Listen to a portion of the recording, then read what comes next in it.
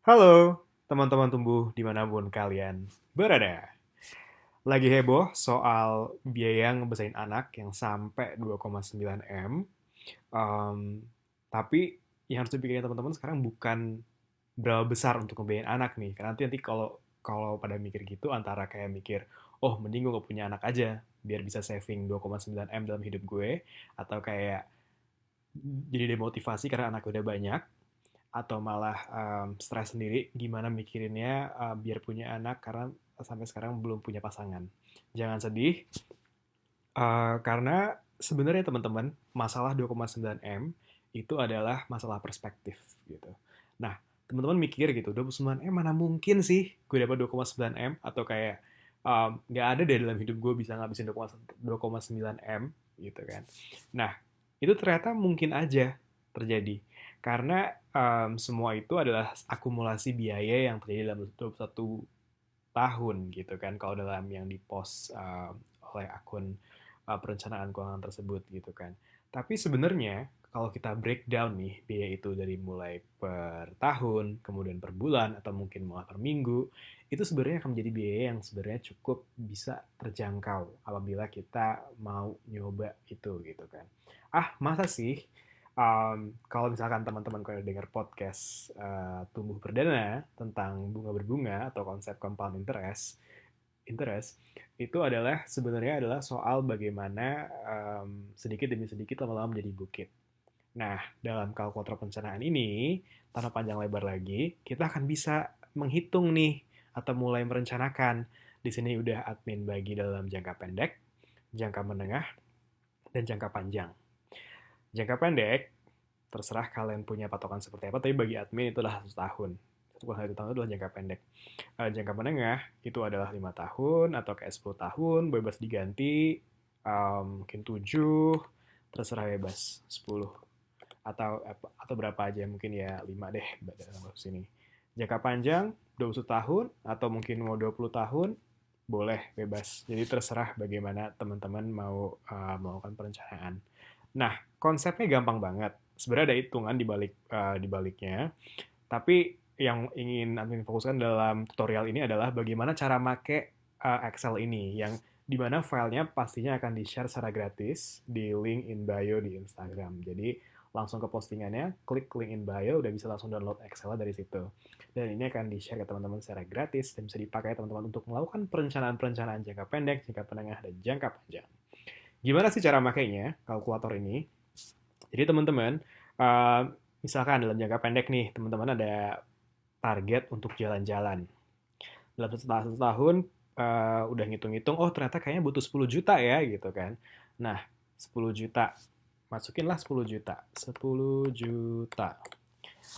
Masukin atau kayak ternyata oh bisa hemat-hemat lagi jadi mungkin kayak cuma 8 juta deh dapat atau kok mungkin over budget bisa mungkin jadi kayak 15 juta deh min. Oke, 15 juta. 15 juta. Nah, untuk dapat uang 15 juta dalam waktu setahun dengan ekspektasi imbal hasil 8%, itu kalian harus nabung 1,1 juta dengan amount ini selama 1 tahun per bulan. Nah, gitu kan? Enak kan? Jadi kayak mungkin aja terjadi gitu kan. Nah, ini asumsi imbal hasil ini bisa kalian dapetin dari macam-macam. Kalau misalkan kalian masukinnya ke deposito, ya masukin bunga deposito mungkin 4%. Atau misalkan kalian masukin reksadana, ya masukin ya kira-kira 7 atau 8%, ya masukin 8%. Gitu ya. Itu akan ada dalam diskusi yang lainnya. Yang akan dilanjutkan dalam perencanaan keuangan atau dalam tutorial berikutnya. Nah, kemudian em, yang bisa dilihat di sini adalah ternyata apabila kita tambah waktunya, gitu kan, ini kan ada jangka menengah, ada jangka panjang, itu akan semakin ringan dalam kasarnya cicilan yang harus atau kontribusi bulan yang harus kita berikan gitu. Misalkan nih jangka menengah dalam waktu 5 tahun kalian kepikiran kayak pengen umroh deh atau kayak pengen melakukan perjalanan spiritual lainnya mungkin mau ke Yerusalem dan sebagainya itu juga bisa. Um, Misalkan oh butuh 25 juta nih 5 tahun lagi untuk ikutan umroh. Ternyata atau misalkan kalau pengen ONH plus mungkin 30 jutaan ya. Itu kalian cuma perlu nabung 400 ribu per bulannya untuk dapat uang 30 juta dalam 5 tahun dengan asumsi imbal hasil tadi masih 8%. Tapi kalau misalkan kalian mikir kayaknya untuk umroh ada tuh investasi syariah, reksadana syariah yang bisa ngasih 9%, mungkin aja gitu kan. Itu bisa memperkecil uh, kontribusi per bulan tabungan ini gitu kan. Nah, terus dalam 20 tahun nih, 20 tahun kan jangka panjang. 20 tahun tuh mungkin pengen kuliah anak di luar negeri gitu kan ya. Tapi usia anak berapa sih kuliah? 17 ya, salah. Ya udah deh. 17. Dalam 17 tahun, kalian butuh uang misalkan 500 juta gitu. Kayak kuliah apa 500 juta ya.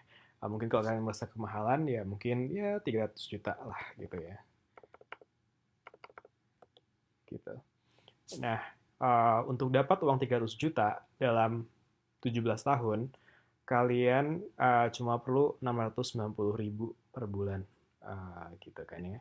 Nah, dari 3 komponen ini, kalian bisa dapat total dana yang harus disisikan per bulan untuk mencapai ketiga tujuan jangka pendek, jangka menengah, dan jangka panjang tersebut. Nah, kalau misalkan kalian ada item lain, bisa langsung di list di sini, masukin targetnya di sini, nanti akan langsung otomatis keluar. Atau kalau misalkan menengah juga bisa masukin di sini, atau kalau misalkan di sini ada yang target-target lain, bisa juga masukin di sini. Gitu ya, gampang ya.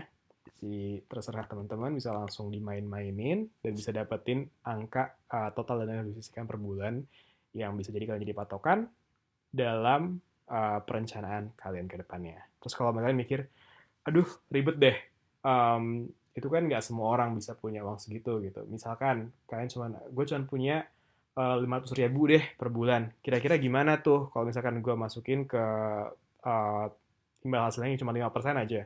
Bisa. Nah, Amin udah siapin nih. Di sini ada tabel juga yang bisa kalian pakai. Misalkan kalian cuma bisa total dana yang bisa disisihkan per bulan. Kalian cuma bisa 500.000 deh per bulan. Ini kayak kebalikan yang awal ya. Jadi 500.000. Wow, oke. Nah, sorry, itu positif. Jadi namanya kontribusi kan negatif ya per bulan. Jadi kita bikin sign negatif. Nah, imbal hasil 5%, misalkan kayak rendah aja, misalkan pesimis, nggak bisa dapet yang tinggi-tinggi atau malas ikut reksadana yang uh, beresiko, bisa aja 5%. Nah, dalam setahun, kalian di sini bisa lihat akan dapat 6 juta. Dalam 2 tahun, kalian akan dapat 12 juta. Dalam 4 tahun, dapat 26 juta. Dan seterusnya, dan seterusnya, dan seterusnya. Gitu ya, teman-teman ya. Sampai 4 dalam 40 tahun, mungkin kalian pensiun, ya kan dapat 700 juta.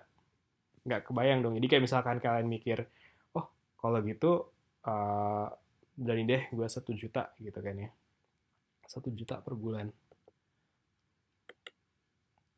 Wow, berapa itu? Ternyata 4 dalam 40 tahun dari sekarang, kalian bisa dapat 1,5 M, gitu kan ya. Bisa dilihat sini ada grafiknya juga, asik. Nah, dari sini teman-teman bisa kebayang nih, ternyata dengan kontribusi yang tidak banyak, atau misalkan kalian selama ini tiba-tiba udah habis kayak dulu sebelum bisa habis 3 juta sendiri, tapi ternyata uangnya kemana-mana, coba pikirin kalau misalkan uang itu kalian kumpulin per bulan dengan tekun tabung per bulannya.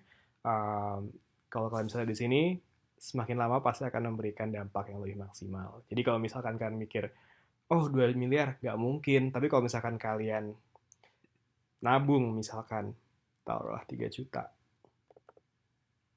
per bulan. Oh sorry, kebanyakan nol. Tuh, mungkin banget bisa dapat 4M 40 tahun lagi. Itu aja dengan ekspektasi yang cukup pesimis 5% gitu ya. Jadi buat teman-teman mulailah disiplin nyimpen uang atau nabung atau investasi.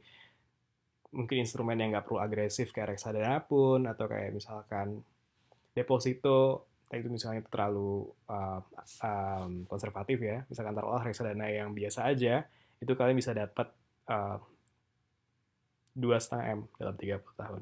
Jadi hal itu pastinya mungkin ya teman-teman. Jangan pesimis dulu melihat angkanya. Jadi selamat mencoba. File bisa diunduh gratis di tumbuhid.com. Link in bio. Salam tumbuh.